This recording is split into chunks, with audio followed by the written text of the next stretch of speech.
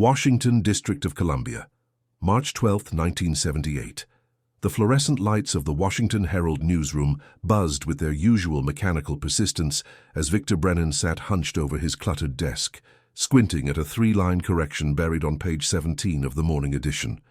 The mistake was trivial, almost embarrassing in its insignificance. A misspelled name in a routine society column about a diplomatic reception at the Soviet embassy. Victor believed, as did everyone else in the newsroom that morning, that this would be nothing more than a minor editorial footnote, quickly corrected and immediately forgotten. What none of them could possibly imagine was that this single typographical error would become the loose thread that, when pulled with enough persistence and perhaps a touch of obsessive determination, would unravel one of the most sophisticated Soviet intelligence operations ever conducted on American soil, expose a spy who had operated undetected for nearly 2 decades, and ultimately change the course of Victor's entire life in ways he could never have anticipated. But before we dive into this story, make sure to leave a like and subscribe to the channel so we can bring you the most gripping Cold War and espionage stories every day. And tell me in the comments where you're watching from. It really helps support us.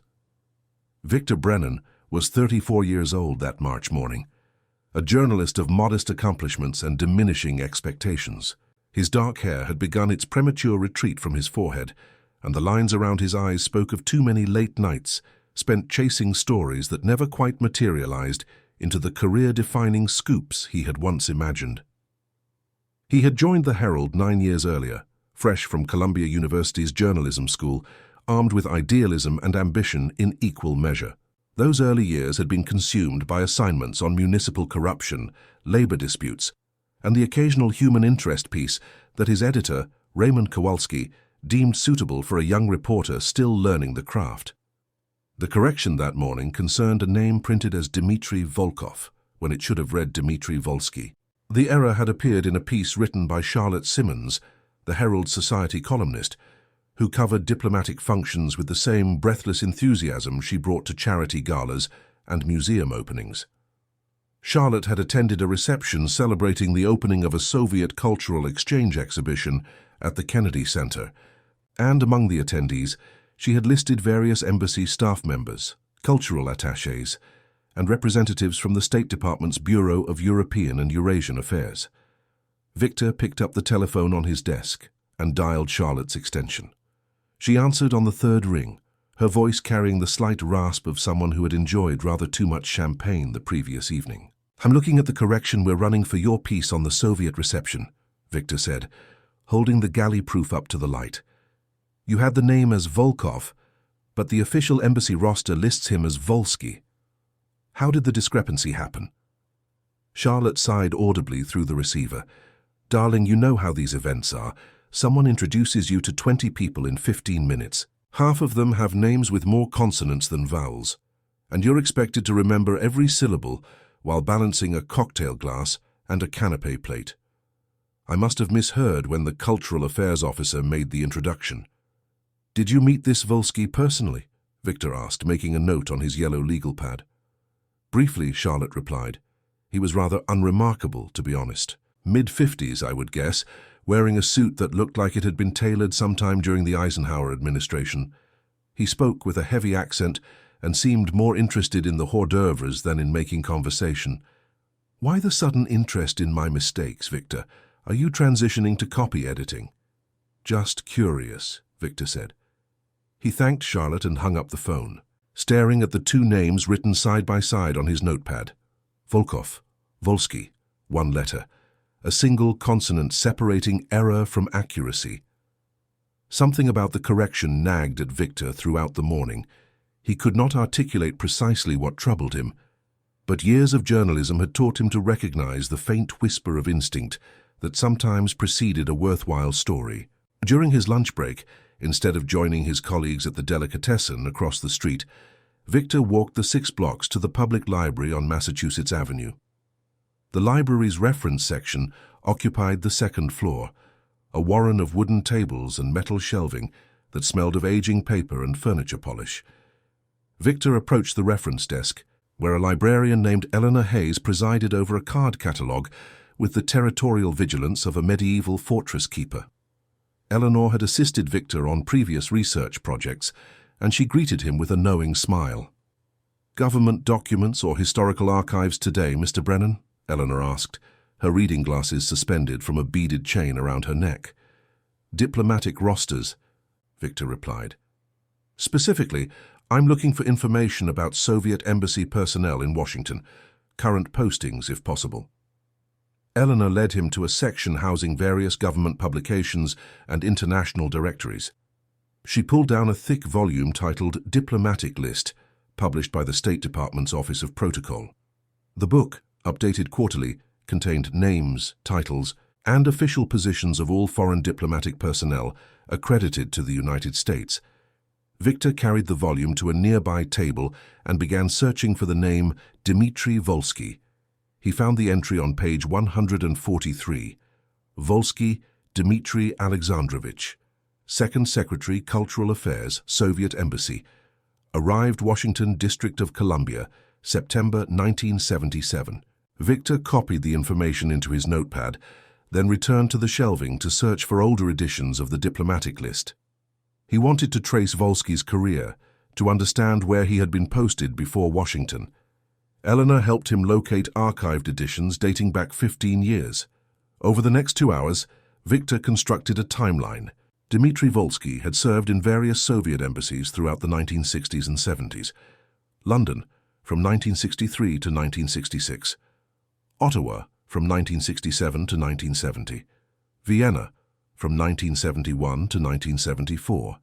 Paris, from 1974 to 1977. Each posting lasted approximately 3 to 4 years, a pattern consistent with standard diplomatic rotation schedules. What struck Victor as unusual, however, was the nature of Volsky's positions. In every posting, he held titles related to cultural affairs, trade development, or administrative functions. Never anything overtly political, never anything that would draw particular attention or scrutiny. The pattern was almost too consistent, too carefully bland. Victor knew that Soviet embassies, like their American counterparts, often provided cover for intelligence officers operating under diplomatic protection. The KGB and GRU routinely placed operatives within embassy structures, granting them immunity from prosecution while they conducted espionage activities. Cultural attachés, trade representatives, and administrative secretaries could move through society with relative freedom, attending functions, developing contacts, and gathering information without arousing the suspicion that might follow a more obviously political figure. But suspecting someone might be an intelligence officer and proving it were entirely different matters. Victor had no evidence, only a hunch based on a career pattern and an unexplained feeling that something deserved closer examination. He returned to the Herald offices that afternoon and spent the remaining hours before deadline reviewing back issues of the newspaper, searching for any previous mentions of Dmitry Volsky. He found 3 brief references. The first appeared in October 1977, shortly after Volsky's arrival in Washington, a single line in a society column, noting his attendance at a reception hosted by the Canadian ambassador. The second came in December, another society mention, this time at a holiday concert featuring Soviet musicians performing at the National Cathedral. The third appeared just 2 weeks earlier, in February, at a symposium on US-Soviet cultural exchange held at Georgetown University. Victor noticed that each mention came from Charlotte's column. She seemed to be the only Herald journalist who paid attention to Volsky's public appearances. On impulse, Victor decided to call Charlotte again. "It's me," Victor said when she answered. "I have another question about Dmitry Volsky, the mysterious Soviet who has captured your imagination." Charlotte replied with amusement in her voice. "What now?" "You've mentioned him in your column 3 times since he arrived in Washington," Victor said. "Is there a reason he keeps appearing at these events?" Charlotte paused. "Actually, now that you mention it, yes, he does seem to show up frequently, but these people are paid to attend functions. It's their job to be visible and make contacts." "Has he ever tried to make contact with you beyond these public events?" Victor asked. "No," Charlotte said, "but several weeks ago, after that Georgetown symposium, he did approach me and ask if I might be interested in attending a private screening of Soviet films at the embassy." I declined. Did he seem disappointed? Victor pressed. Not particularly, Charlotte replied. He was quite polite about it, actually. Said the invitation remained open if I changed my mind. Victor, what exactly are you chasing here? Probably nothing, Victor admitted. But would you do me a favor? If Volsky approaches you again, or if you notice him at any future events, would you let me know? Charlotte agreed, though her tone suggested she thought Victor was developing an obsession over trivia. They ended the call, and Victor sat back in his chair, staring at his notes. He had a name, a career pattern, and a vague sense that something was not quite right. It was hardly the foundation for an investigative piece, barely enough to justify the time he had already spent on it. Raymond Kowalski, the Herald's managing editor, stopped by Victor's desk just before 6 o'clock. Raymond was 58 years old, a veteran of newspaper journalism who had covered everything from municipal politics to presidential campaigns. He had the weathered face of someone who had spent decades witnessing humanity at its best and worst, and he possessed an instinct for stories that was legendary in Washington journalism circles. "You've been distracted all day," Raymond observed, leaning against the edge of Victor's desk. "What's got your attention?" Victor hesitated, then decided to share his hunch. He explained about the correction, the career pattern, and his growing suspicion that Dmitry Volsky might be more than a simple cultural affairs officer. Raymond listened without interruption. When Victor finished, the editor was quiet for a moment. "You're describing half the Soviet embassy staff," Raymond finally said. "Victor, I appreciate initiative, and God knows this newsroom could use more reporters willing to chase leads. But right now, you have nothing except speculation. No sources, no evidence, no story." "I know," Victor admitted, "but something feels off about this guy. The pattern is too consistent, too carefully constructed." Raymond straightened up and adjusted his tie. "Here's what I'll tell you. You can pursue this, but on your own time. I'm not assigning resources to a story that currently consists of a hunch and a misspelled name. If you develop something concrete, something we can actually print, come back to me. Until then, focus on your assigned work." "Clear?" "Clear," Victor said.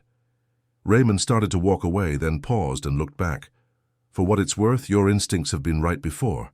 Don't ignore them. Just don't let them consume you either.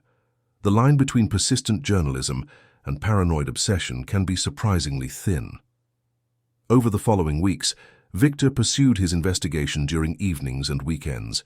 He began attending diplomatic functions that were open to press coverage, watching for Dmitry Volsky, observing his interactions, noting who he spoke with and how long those conversations lasted.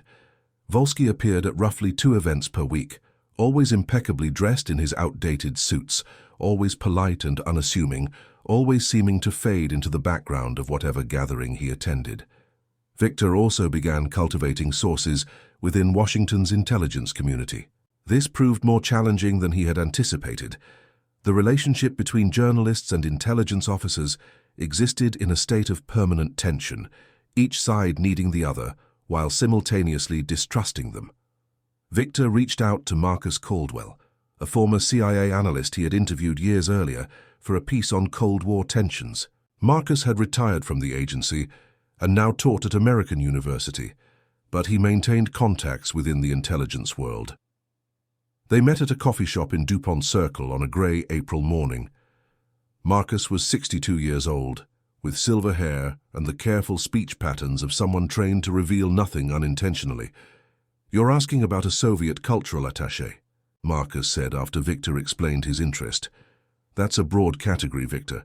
Cultural affairs is one of the most common covers the KGB uses for intelligence officers."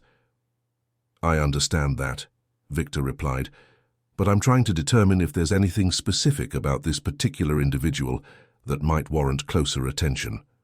Marcus stirred sugar into his coffee with methodical precision. "What's his name again?" "Dmitry Volsky," Victor said. "He's been posted in Washington since September." Marcus showed no visible reaction, but something flickered behind his eyes, a moment of recognition that he quickly suppressed. "I can't confirm or deny whether any specific individual is or is not a person of interest to American intelligence services. You understand that?" "I do," Victor said, "but hypothetically, If someone were conducting surveillance operations under diplomatic cover, what patterns might they exhibit? Marcus leaned back in his chair and looked out the window at the pedestrians hurrying past. Hypothetically, such a person would attend numerous public functions to identify potential recruitment targets. They would seek out individuals with access to sensitive information, particularly those who might be vulnerable to compromise through financial pressure, ideological sympathy, or personal weakness. They would be patient, sometimes cultivating relationships over months or years before making any explicit recruitment attempt, and they would be very, very good at appearing completely ordinary. The description matched what Victor had observed of Volsky's behavior. He pressed further, and if a journalist suspected someone might fit this pattern, what would constitute proof? Proof is difficult, Marcus said. Real espionage rarely resembles Hollywood films. There are seldom dramatic confrontations or smoking guns. Usually it's a pattern of suspicious contacts, unexplained meetings, or information that ends up in Moscow when it shouldn't. But proving those connections requires resources that most journalists don't possess: electronic surveillance, photographic evidence, intercepted communications. That's the domain of intelligence services, not newspapers. Victor felt his enthusiasm deflating, so without access to classified information, a journalist would essentially be operating blind. Not entirely, Marcus said. Sometimes the best evidence comes from open sources: financial records, travel patterns, public statements. Patient research can reveal connections that aren't immediately obvious. And sometimes, Victor, the most valuable contribution a journalist can make is simply asking the right questions in the right places. Questions have a way of making people nervous, and nervous people make mistakes. They finished their coffee, and Marcus promised to reach out if he heard anything relevant. Victor left the meeting feeling both encouraged and frustrated. He had confirmation that his suspicions were not entirely unfounded, but he still lacked any concrete evidence that would justify a published story. In early May, Victor's investigation took an unexpected turn.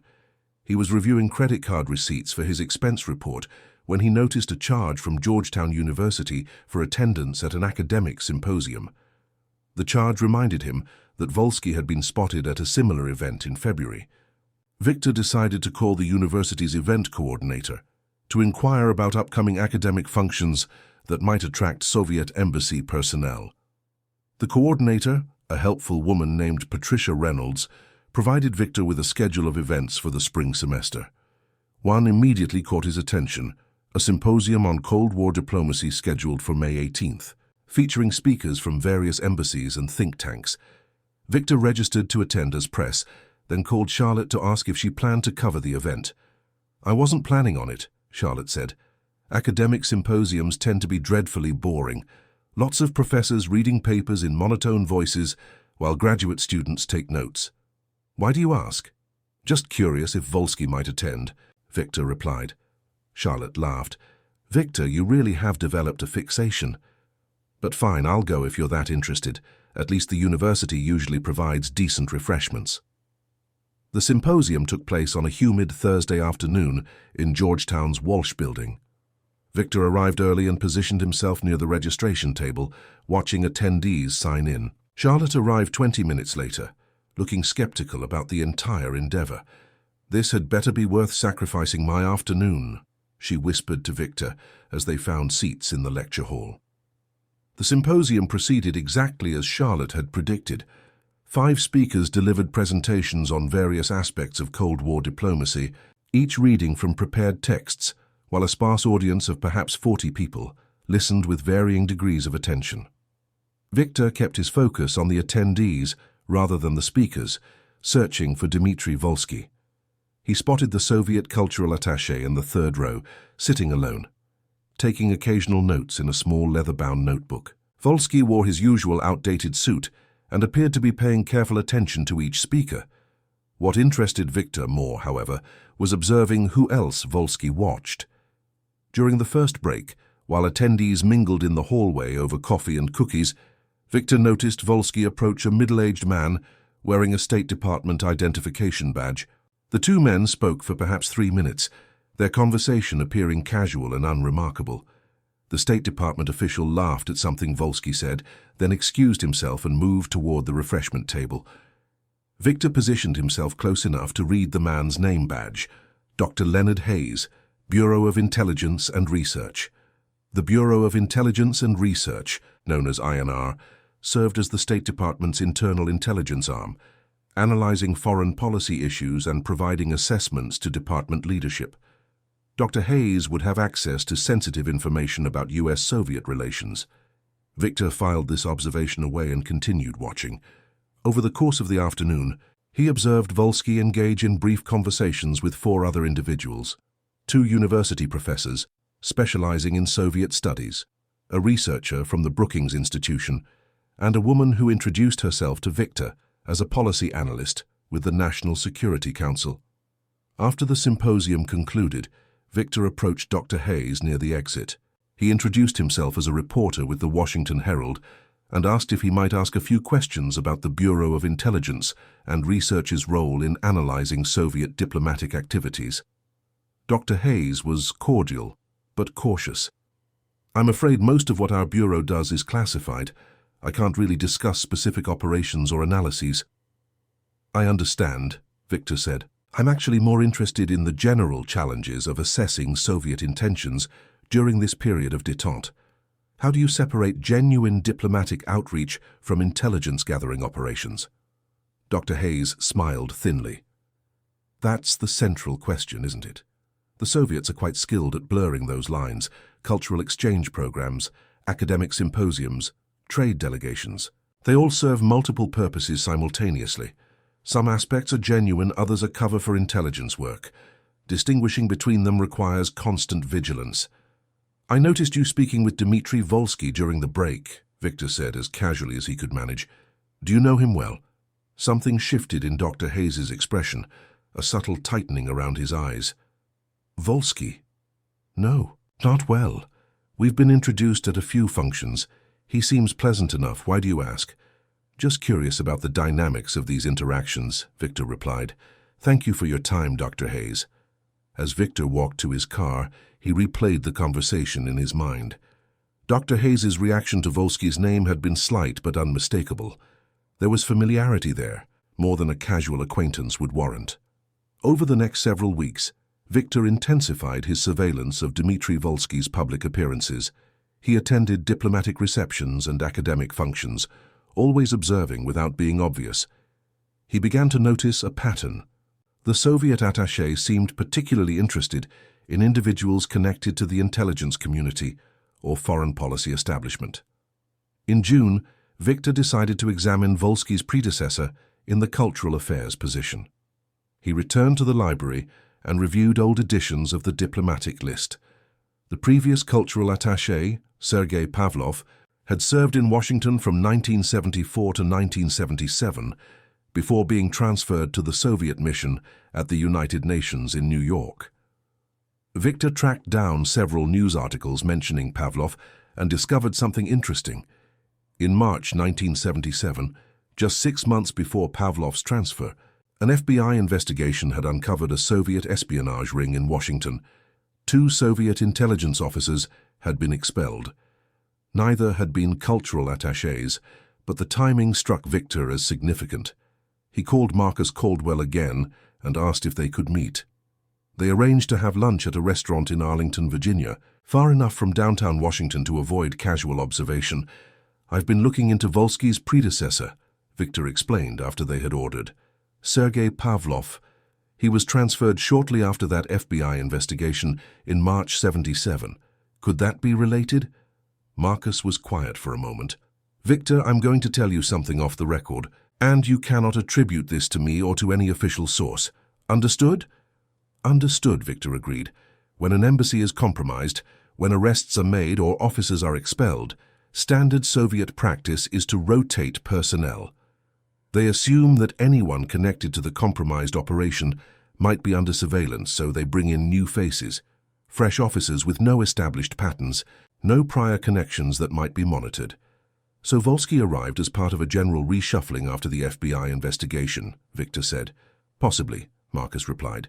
"Or possibly he arrived to rebuild networks that had been damaged. The Soviets don't abandon operations just because they suffer setbacks. They adapt and continue. The conversation reinforced Victor's growing conviction that Dmitry Volsky represented something more significant than a simple cultural attaché. But he still lacked the concrete evidence necessary to publish a story. He needed something definitive, something that would connect Volsky directly to intelligence activities. The breakthrough came in late July. Though Victor did not immediately recognize it as such, he received a phone call at his desk from Charlotte Simmons. Her voice carried an unusual edge of excitement. "Victor, you asked me to let you know if Volsky made any unusual approaches. Well, something just happened that struck me as odd." "What happened?" Victor asked, reaching for his notepad. "I received an invitation to a private reception at the Soviet embassy," Charlotte explained. "Very small guest list, only about 20 people, mostly journalists and cultural writers. The invitation came personally from Volsky, delivered by embassy courier this morning. The reception is scheduled for August 5th. Have you attended similar events before?" Victor asked. "A few," Charlotte said, "but those were usually larger affairs, standard diplomatic functions. This feels different somehow. More intimate, more selective." "Are you planning to go?" Victor asked. "I'm considering it," Charlotte replied. "But given your interest in Volsky, I thought you should know about it first." Victor's mind raced through possibilities. A small, selective reception could be an opportunity for Volsky to assess potential targets for recruitment or manipulation. The guest list would reveal who Volsky considered valuable contacts. "Charlotte, would you be willing to wear a small recording device to the reception?" Victor asked. "Something that could capture conversations without being obvious?" There was a long silence on the line. "Victor, that's asking me to cross a significant line. I'm a society columnist, not an investigative journalist, and recording conversations at a private diplomatic function could have serious consequences if discovered." "I understand," Victor said quickly. "I'm not asking you to spy. But if Volsky says anything that suggests he's operating beyond his official role, having a record of that conversation could be important." "Let me think about it," Charlotte said. "I'll call you back." She hung up, and Victor sat staring at his phone. He knew he was pushing boundaries, potentially putting Charlotte at risk. But the opportunity was too significant to ignore. 2 days later, Charlotte called back. "I'll attend the reception," she said. "And I'll be paying attention to what Volsky says and does. But I'm not wearing a recording device. That's too risky, and it feels unethical. However, I'll take detailed notes immediately afterward and share them with you. That's as far as I'm willing to go." Victor agreed. It was less than he had hoped for, but more than he had any right to expect. The reception took place on a warm August evening. Victor waited at a coffee shop 2 blocks from the Soviet embassy, checking his watch every few minutes. Charlotte had promised to call him as soon as the event concluded. At 9:30 that evening, his phone rang. "Victor," Charlotte said without preamble, "you were right to be suspicious. Something very strange happened tonight." "Tell me everything," Victor said, his pulse quickening. Charlotte described the reception in detail. The guest list included 16 people, mostly journalists, 2 university professors, and 1 individual Charlotte recognized as working for the Congressional Research Service. The atmosphere had been cordial, with Soviet staff serving champagne and canapes, while cultural films played on television monitors around the room. Volsky spent most of the evening circulating among guests, making small talk, asking questions about their work and interests. About an hour into the reception, he approached Charlotte and asked if she might be interested in receiving advance information about upcoming Soviet cultural events. He said it would help me write more informative pieces about Soviet-American cultural exchange. Charlotte explained. He suggested we could meet periodically, perhaps once a month, and he would provide me with exclusive details about visiting performers, exhibition schedules, diplomatic initiatives. Things that would give me a competitive advantage over other society columnists. "How did you respond?" Victor asked. "I told him I appreciated the offer and would consider it," Charlotte said. "But Victor, here's the important part. After he made this pitch, I watched him have nearly identical conversations with 3 other guests. He approached the Congressional Research Service analyst with an offer to provide background information on Soviet legislative processes. He spoke with one of the university professors about arranging research access to Soviet archives, and he had a lengthy conversation with another journalist about facilitating interviews with Soviet officials. He's cultivating sources, Victor said, his mind racing. He's identifying people with access to information or influence, then offering them incentives to maintain regular contact. Exactly, Charlotte agreed. And Victor, the way he did it was so smooth, so seemingly innocent. If I hadn't been watching specifically for suspicious behavior, I would have simply thought he was being helpful and friendly. Did anyone accept his offers immediately? Victor asked. 2 people seemed quite interested, Charlotte said.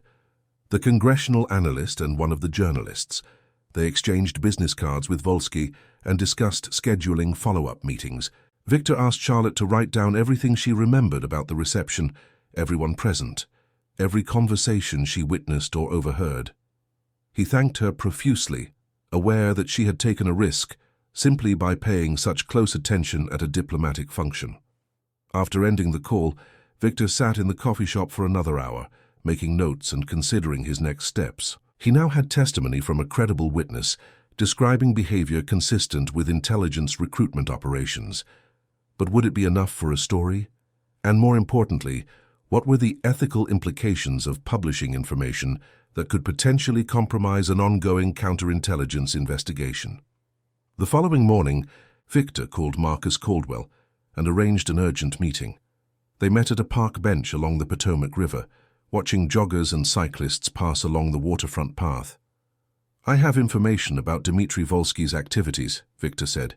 "Information that suggests he's actively cultivating sources within Washington's media and policy communities. Before I proceed with the story, I need to know if I would be interfering with an active FBI investigation." Marcus was silent for a long moment, watching a rowing crew glide across the river's surface. "Victor, I'm going to tell you something, and then I'm going to walk away. And we will not discuss this conversation again. Understood?" "Understood," Victor replied. "There are people within the intelligence community who have been watching Dmitry Volsky since he arrived in Washington. They have been building a case, documenting his activities, identifying his contacts. If you publish a story now, you will alert Volsky that he's under scrutiny, and you will potentially compromise months of careful work." Victor felt his stomach tighten. "So you're asking me to sit on the story?" "I'm not asking you anything," Marcus said. "I'm simply providing you with information that you can factor into your decision. You're a journalist. You have to weigh the public's right to know against the potential consequences of publication. That's a decision only you can make." Marcus stood up and adjusted his jacket. "If you do decide to publish, I would recommend coordinating with the FBI first. Let them know what you intend to print and when. That way, at least they can prepare for whatever fallout might occur." Marcus walked away without another word, leaving Victor alone on the bench with an impossible decision weighing on him. Victor spent the next week in a state of internal conflict. Every instinct he had as a journalist urged him to write the story, to expose what he had uncovered, to inform the public about a potential Soviet intelligence operation being conducted in their capital city. But Marcus's warning echoed in his mind. If he published prematurely, he might destroy months of counterintelligence work and allow Volsky to escape consequences. He scheduled a meeting with Raymond Kowalski and laid out everything he had discovered over the past 5 months.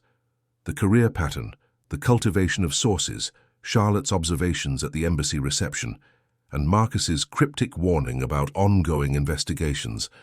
Raymond listened without interruption, his expression growing increasingly serious. When Victor finished, the editor leaned back in his chair and let out a long breath. "This is a hell of a story, Victor. Potentially front page, multi-day series, the kind of thing that wins awards. But Marcus is right about the complications." "So what do I do?" Victor asked. "I can't just ignore what I've learned." "No, you can't," Raymond agreed. "Here's what I propose. We don't publish yet, but we don't abandon the story either. You continue your investigation, continue documenting Volsky's activities. Meanwhile, I'll reach out to our contacts at the FBI through official channels. I'll let them know we're working on a story and that we're willing to coordinate on timing. But I'll make it clear that we won't sit on this indefinitely. If they want to preserve their investigation, they need to move it forward or give us a compelling reason why publication would genuinely endanger national security. Victor felt relief wash over him. It was a compromise that honored both his journalistic responsibility and his concerns about potential consequences. Raymond's outreach to the FBI produced results within 48 hours. 2 agents from the Bureau's Washington field office arrived at the Herald offices and met with Raymond and Victor in a conference room. The senior agent, whose name was Thomas Crawford, was direct and unambiguous. "Mr. Brennan, you have stumbled onto an active counterintelligence investigation. I'm not at liberty to discuss the specifics, but I can tell you that publishing your story at this time would be extremely detrimental to national security interests." "With respect, Agent Crawford," Victor replied, "the public has a right to know if a foreign intelligence service is conducting operations on American soil." Crawford nodded. "I understand your position, and under different circumstances I might even agree with you. But here's what I'm prepared to offer. Give us 60 days, 2 months to conclude certain aspects of our investigation. If you agree to hold your story until October 15th, I will personally provide you with an exclusive interview about the case, including details that won't be available to other journalists." Victor looked at Raymond, who nodded slightly. "Why 60 days specifically?" Victor asked. "Because that's when certain pieces will fall into place," Crawford said. "That's all I can tell you for now." "And if something changes before then?" Raymond asked. "If another journalist discovers the story, or if Volsky's status changes unexpectedly?" "Then we'll contact you immediately," Crawford promised. "But I don't believe either scenario is likely. Your colleague, Miss Simmons, has been remarkably discreet, and Volsky has no reason to suspect he's under scrutiny." Victor and Raymond agreed to the 60-day embargo. It was a difficult decision, requiring Victor to trust that the FBI would honor their commitment and that the delay would ultimately serve the larger truth. The next 2 months were among the most challenging of Victor's career. He continued monitoring Volsky's public appearances while respecting the FBI's request not to conduct any direct investigation that might alert the Soviet attaché to surveillance. He felt caught between his duty as a journalist and his responsibility as a citizen. In early September, Charlotte called with concerning news. Dmitry Volsky had contacted her again, this time inviting her to lunch at a restaurant in Georgetown. The invitation had been phrased as a casual social engagement, but Charlotte's instincts told her it represented something more significant. "What should I do?" Charlotte asked. "Should I accept?" Victor paused, considering the implications. "Let me call Agent Crawford and get guidance. Don't respond to Volsky until I get back to you." He reached Crawford by phone and explained the situation. The FBI agent's response was immediate and firm. "Miss Simmons should accept the invitation. We'll have agents in the restaurant maintaining surveillance. But it's important that she behaves naturally, as she would at any professional lunch. If Volsky makes any explicit recruitment attempt or requests specific information, she should deflect politely but not refuse outright. We want to document his methods without alerting him that we're watching." Victor relayed these instructions to Charlotte, who agreed with obvious nervousness. The lunch was scheduled for September 18th at a French restaurant called Le Bistrot. On the day of the lunch, Victor waited anxiously by his phone. Charlotte had promised to call immediately afterward. At 2:15, his phone rang. "Victor," Charlotte said, her voice shaking slightly, "that was one of the most unsettling experiences of my life." "What happened?" Victor asked urgently. Charlotte described the lunch in detail. For the first 30 minutes, the conversation had remained innocuously social. Volsky had asked about her work, her interests, her background.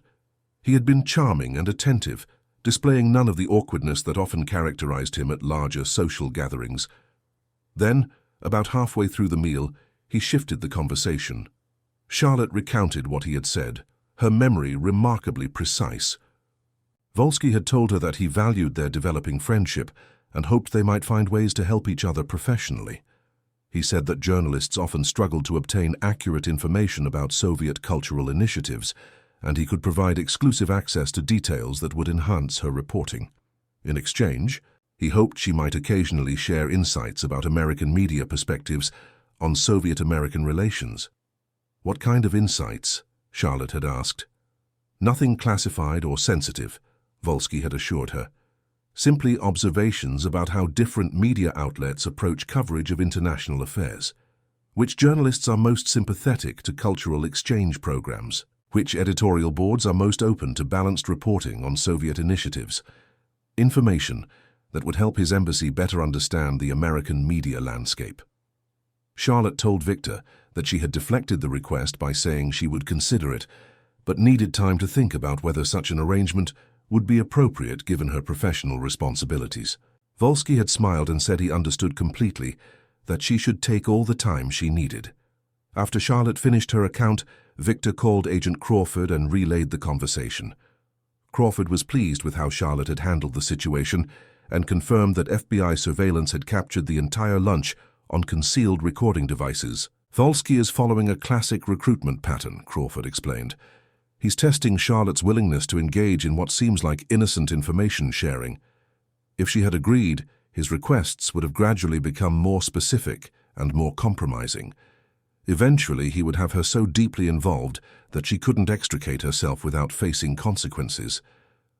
What happens now? Victor asked. Now we wait, Crawford said. We're gathering evidence against multiple targets, and Volsky is just one component of a larger operation. Everything will come together in October, as promised. The final weeks of September passed with agonizing slowness. Victor continued his regular reporting assignments, while the Volsky story consumed his thoughts. He had invested 6 months in this investigation, sacrificed his personal time, navigated ethical dilemmas, and now found himself at the mercy of the FBI's timeline. On October 10th, 5 days before the agreed embargo would expire, Agent Crawford called Victor and asked him to come to FBI headquarters. Victor arrived at the J. Edgar Hoover building on Pennsylvania Avenue and was escorted to a secure conference room on the 4th floor. Crawford sat across from Victor, along with 2 other agents and a woman who introduced herself as the Assistant Director for Counterintelligence. She got straight to business.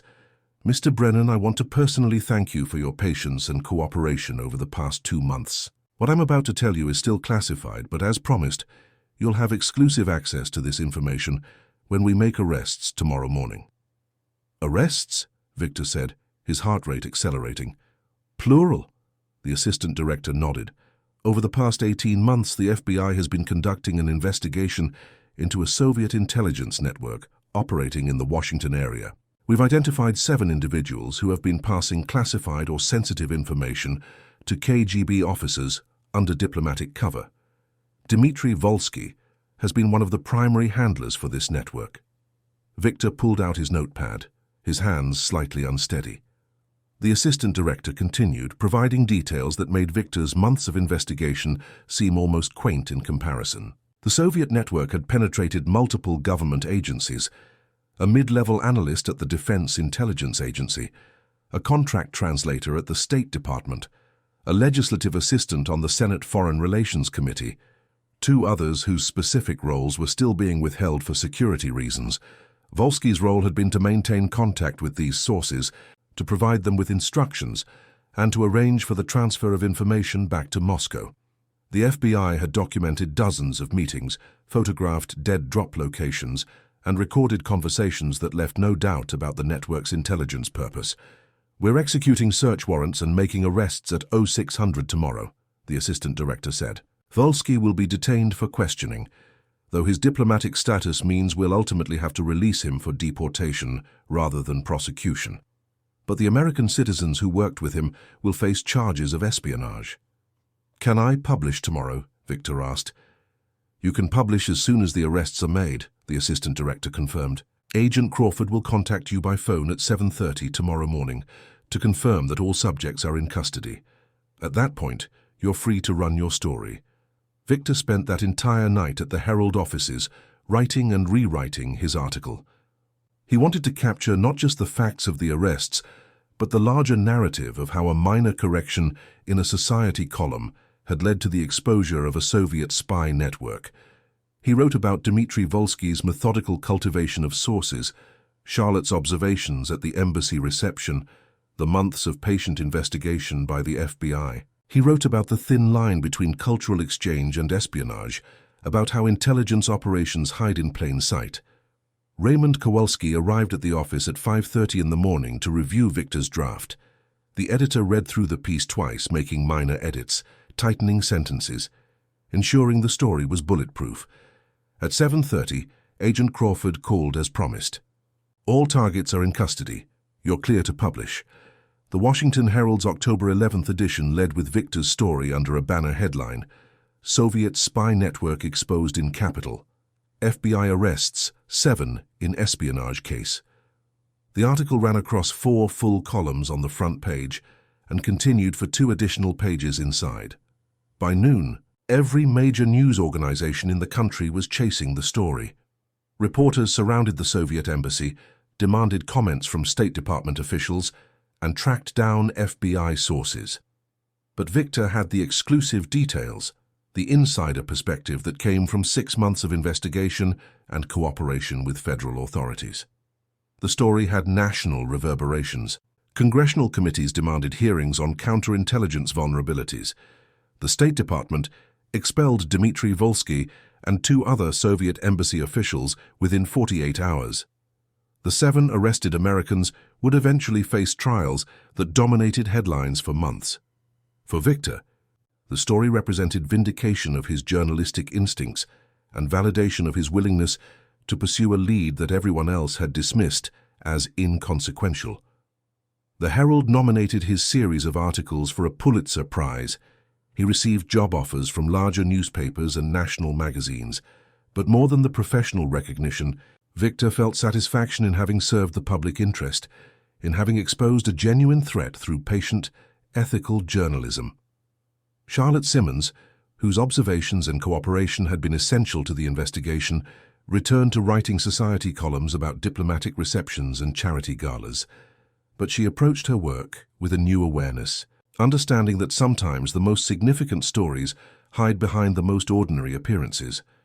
Marcus Caldwell, the former CIA analyst who had guided Victor's investigation with cryptic warnings and carefully calibrated advice, called to offer congratulations. "You did good work," he told Victor. "You asked the right questions in the right places, and you had the patience to see it through." That's rare in journalism these days. In the years that followed, Victor Brennan would cover many other stories, some of greater immediate impact, others of broader historical significance. But he would always remember the case of Dmitry Volsky as the investigation that taught him the most important lesson of his career, that the smallest details sometimes reveal the largest truths, and that persistence in the face of skepticism is often what separates journalism from mere reporting. The Soviet Union would continue its intelligence operations in Washington and throughout the United States, adapting its methods, recruiting new sources, finding fresh vulnerabilities to exploit. The Cold War's espionage battles would persist for another decade until the USSR's eventual collapse. But the exposure of Volsky's network represented a significant setback for Soviet intelligence, disrupting carefully constructed operations and forcing a comprehensive reassessment of KGB activities in the American capital. For Victor, the story also represented something more personal. It proved that one person, armed with nothing more than curiosity, persistence, and a willingness to follow seemingly insignificant leads, could make a genuine difference. The correction of a single letter, a name misspelled in a society column, had been the loose thread that, when pulled with enough determination, unraveled an entire intelligence network. Years later, when Victor would teach journalism courses at Georgetown University, he would tell his students about the Volsky case. He would emphasize the importance of trusting their instincts while remaining skeptical of easy conclusions. He would talk about the ethical responsibilities that come with investigating sensitive matters, the need to balance the public's right to know with considerations of national security and individual safety. He would stress that great journalism often requires patience, that the most important stories rarely reveal themselves quickly or easily. But mostly, Victor would tell his students to pay attention to the small things, to the corrections buried on page 17, to the patterns that seem too consistent to be coincidental, to the names that appear in unexpected places. Because sometimes those small things are not small at all. Sometimes they are the beginning of something much larger, something that demands to be understood and exposed, something that justifies the time, the effort, and the risk that real journalism requires. The story of how one investigative journalist followed a minor lead that uncovered a Soviet spy would become part of Cold War lore, studied in intelligence training programs and journalism schools alike. It would be cited in congressional testimony about counterintelligence priorities and referenced in academic papers about media-government cooperation. But for those who lived through it, for Victor and Charlotte and the FBI agents who worked the case, it would always be remembered more simply as proof that truth, however deeply buried, has a way of surfacing when someone cares enough to look for it. And that concludes our story. If you made it this far, please share your thoughts in the comments. Don't forget to subscribe for more incredible stories and check out the video on screen. I'm sure you'll enjoy it. See you next time.